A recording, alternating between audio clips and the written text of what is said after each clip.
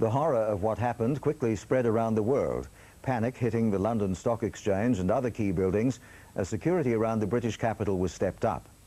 The Queen sent a message to President Bush shortly after the attacks, saying she was in total shock. The building at the heart of London's financial district was not officially evacuated, but most people chose to leave anyway. The skyscraper in Canary Wharf emptied.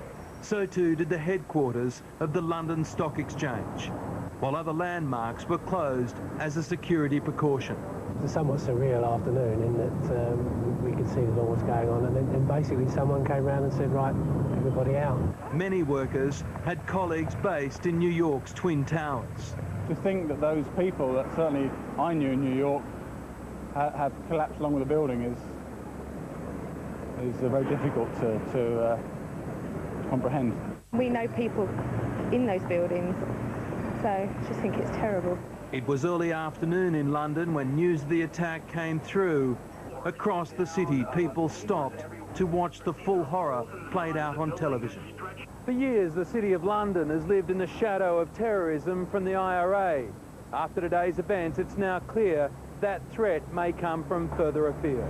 With the United States virtually sealed off, transatlantic flights were cancelled. Those en route were either diverted to Canada or forced to turn back. The pilot came on and said, you may be aware that we've been circling, we're in a holding pattern.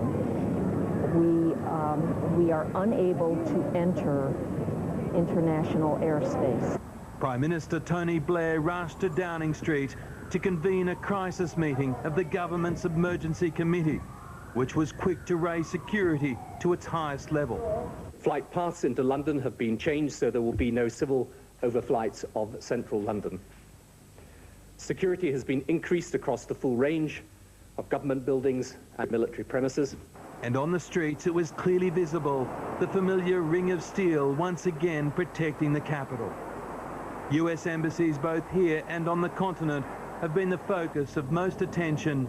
All have been given permission to close. In Moscow, President Vladimir Putin sent his condolences to the United States. French President Chirac expressed his outrage. There's no containing emotions. Across Europe, the grieving has begun.